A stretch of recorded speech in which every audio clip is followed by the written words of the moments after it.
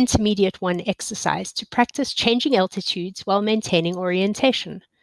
For this exercise, you will need 4 cones positioned in a square. Take off from the pad and ascend a few feet. Fly to A and turn so that you are facing B.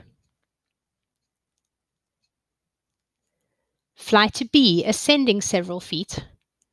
Without turning, fly sideways to C, descending several feet. Without turning, fly backwards to D, ascending several feet. For an additional challenge, turn 90 degrees and fly the course, maintaining that orientation from start to finish.